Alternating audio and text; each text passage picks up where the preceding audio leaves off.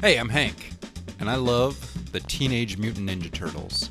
I bought my first Ninja Turtle comic back in 1988.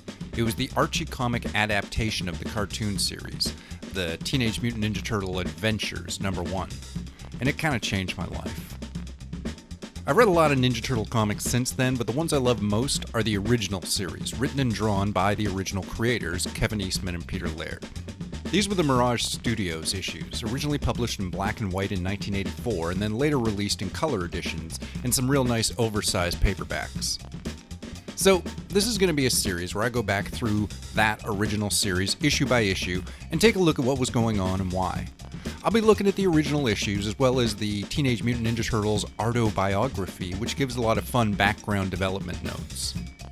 The other primary resource I'll be using is the Teenage Mutant Ninja Turtles and Other Strangeness Manual.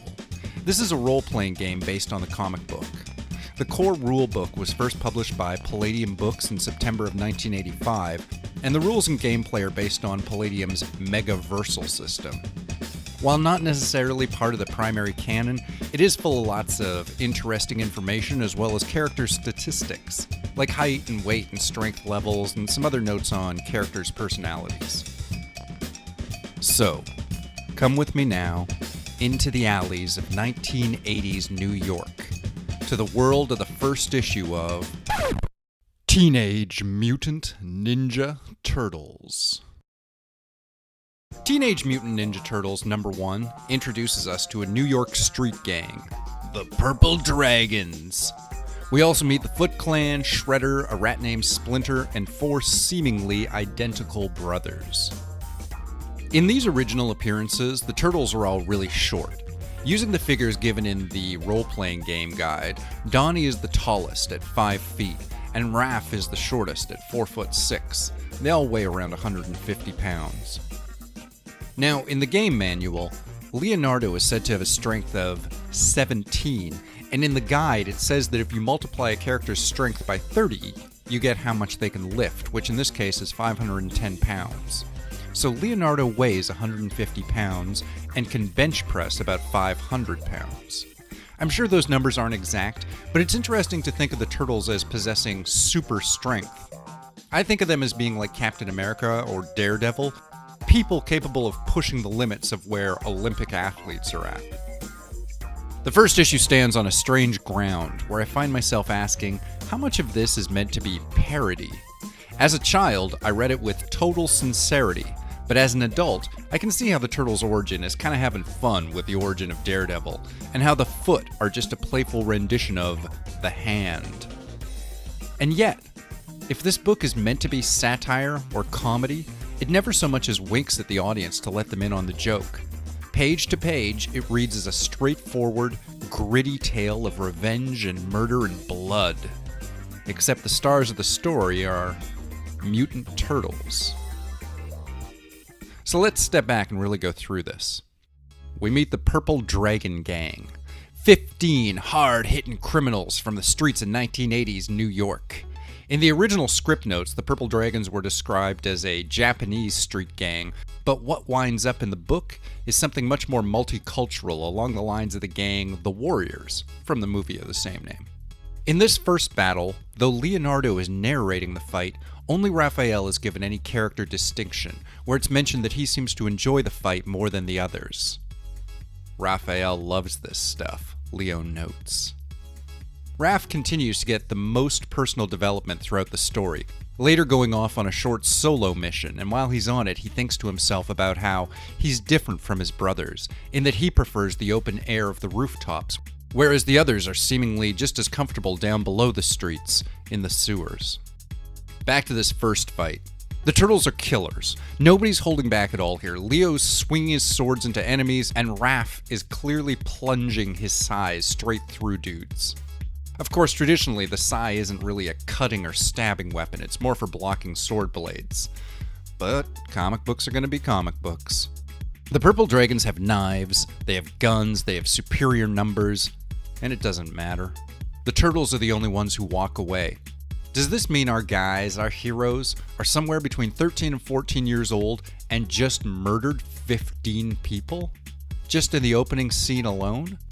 The Turtles mention that they feel bad for running from the police who come after the fight, the police who could be their allies, but wouldn't be able to understand what the Turtles are. Even if they weren't Turtles, I don't know if the cops would be cool with a gang of teen ninjas who just slaughtered 15 men in the street, even if those men were members of the Purple Dragon Gang. From here, we cut to the Turtles returning home, and we meet Master Splinter. This is where he mentions that he's been training the Turtles for 13 years, which is where we get the teenage in TMNT. This is also where we get our full origin. We learn of Splinter's past as an ordinary rat, his owner, Hamato Yoshi, his owner's wife, Tang Shen, and the man who came between them, Oroko Nagai. Basically, Nagai wanted Tang Shen for himself and beat her when she wouldn't leave Yoshi, which prompted Yoshi to kill Nagai. I hope I'm saying those names right. Yoshi and Nagai were both members of the Foot Clan, an ancient clan of warriors and assassins in Japan. Having killed another member of the Foot Clan, Yoshi had to either take his own life or flee. So, he and Tang Shen moved to New York City, where he became an instructor of martial arts. Meanwhile, back in Japan, that's fun to say, Nagai's younger brother Sakai was enraged and galvanized by the death of his brother. He trained hard, and by 18 was considered the Foot Clan's most cunning and proficient assassin. As such, they put him in charge of the New York branch of the Foot Clan, which is just what Sakai wanted: chance for revenge. Upon arriving in New York, Sakai took on the mantle of the Shredder and murdered both Tang Shen and Hamato Yoshi. It was during those murders that Yoshi's pet rat was freed from its cage. The rat wound up living on the street, and it was there that it witnessed the event that would change everything. An old blind man was about to cross a busy street, unable to see a large truck that was going to run him down. But before that could happen, a young man pushed the blind man out of the way, and the truck managed to skid to a halt without running them over. However, a small metal tube, a canister, was flung loose from the truck, striking the young man in the face. The canister continued to bounce down the street, where it struck a bowl of 4 turtles, which were being held by a child. The bowl shattered, and the canister and all 4 turtles fell through an open manhole and into the sewers.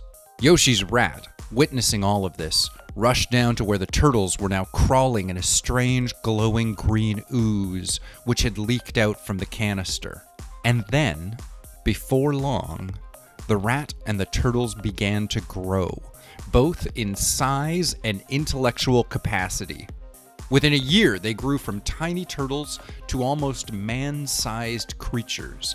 And not long after that, they began to walk upright and eventually even speak.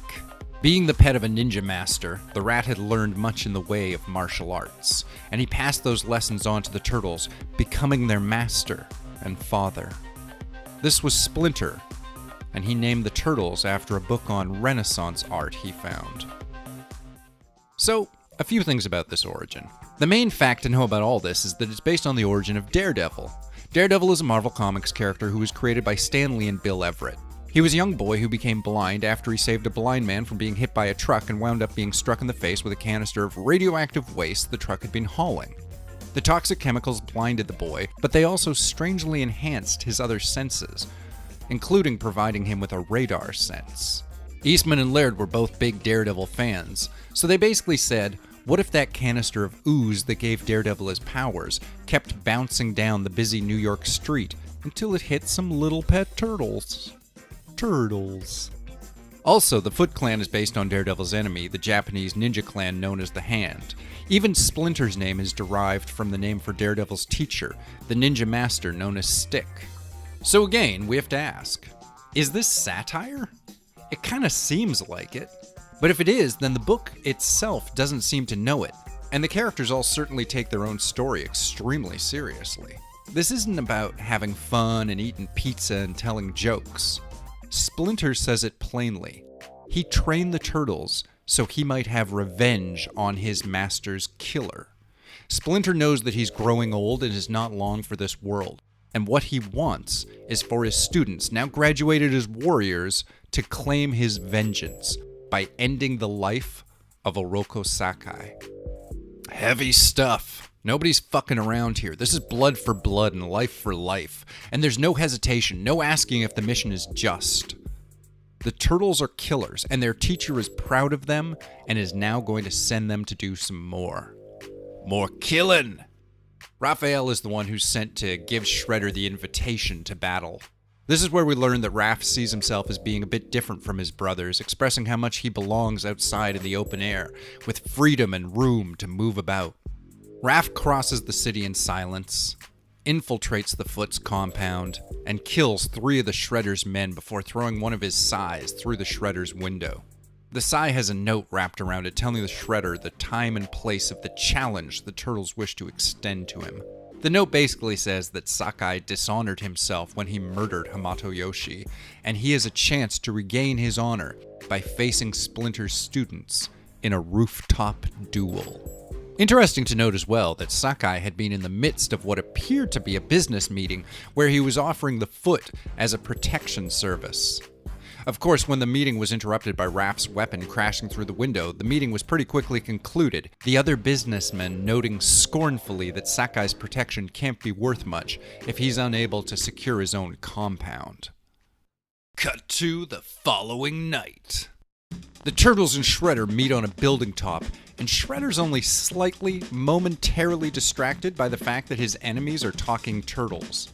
He's eager for the fight, and jumps down to take them on, but first calls upon his soldiers, the eager warriors of the Foot Clan, to take down the turtles. We get another big fight scene, this one even more bloody than the showdown with the purple dragons. Though they take some damage, the turtles eventually defeat all of the Shredder's soldiers and face him alone. One-on-one, the Shredder is too much for the turtles, so they attack him as a group, wounding him slightly from a distance and stripping away his armor until Leo can get close enough to deal a fairly fatal wound. They offer the Shredder one final chance to regain honor. Leo hands his sword to the fallen man and suggests that he commit the act of seppuku and commit suicide by disemboweling himself. Shredder refuses this option and says that if he must die, he'll take the turtles with him, producing a large thermite grenade and activating it. Donnie throws his bow staff so it strikes the Shredder in his face, knocking both man and grenade off the side of the building. They fall in a flash, and only charred chunks of the man's armor are found down below. Leo notes that the Shredder has been shredded. And that's it. Their enemy has fallen and the guys are fucking badasses. We end the issue with a big splash page and all 4 brothers looking threateningly into the camera from down a long dark alley. I like the part at the end where one of the brothers notes that he wouldn't mind a nice bath, and Donnie says some tea would be nice. Interesting to note as well that originally the Shredder was only supposed to show up in just this one appearance and then get killed off. He was never planned to be the Turtles' primary antagonist. He was supposed to just be the origin villain, who then never showed up again. Obviously, we know that's not going to be the case. It's a 40-page issue, and not an inch of that page space is wasted. You can tell that Kevin Eastman and Peter Laird were doing their best to infuse the book with Japanese culture using both terminology and concepts. Obviously, this was years before the internet, so I'm sure these guys were just looking over whatever books about Japan were available at that time at the local library. Eastman and Laird have stated that the reason they gave the Turtles the names of Renaissance artists were because they weren't confident they could come up with authentic-sounding Japanese names. All in all, it's a hell of a first issue. An origin story bookended with 2 big action scenes and lots of atmospheric shots of 1980s New York City. Graffiti, trash, punks with mohawks and switchblades. This book's got it all. And so that was number 1. I feel like I've said so much about this issue just breaking down the basic scenes and some of the references contained within it. I certainly think it still stands as one of the greatest first issues of a single comic book. It doesn't get too deep into the characters, but at least Raph, and to a lesser degree Leo, both get a chance to establish themselves with unique voices and outlooks. It's a brutal, bloody comic, And again, is it meant to be tongue-in-cheek? It certainly doesn't read that way. The characters don't joke about death or about their circumstances. They take it all pretty damn seriously. A few notes on that origin. Of course, by the time the Turtles hit the small screen and became a children's cartoon, Splinter's origin had been reworked to present him as a mutated Hamato Yoshi instead of Yoshi's pet. During that rewrite, Yoshi's wife Tang Shen got written out entirely, and she winds up as barely a footnote in the mythology, no pun intended. Though she does wind up getting to be a character in the 2012 animated series. At any rate, it's a solid start to the series. And hey, that's what this is, a solid start to a series about a series. So I've been Hank, and this has been my little talk on Teenage Mutant Ninja Turtles, number 1. Join me here next time when I dig into Teenage Mutant Ninja Turtles number 2, introducing April O'Neil and Baxter Stockman. Thanks for listening.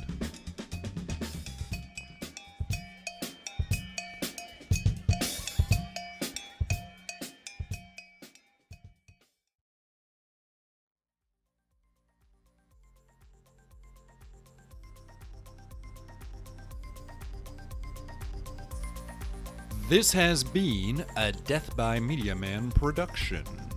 For more Death by Media Man content, check us out on iTunes, SoundCloud, and YouTube. If you dig what we did, feel free to leave us a like or a comment and share this link with your friends. And if you'd like to support us with some of your money, we got a Patreon as well. Thanks so much for listening, and remember... crap, I forgot what I was going to tell you to remember. Well, anyways, thanks for listening. You're awesome.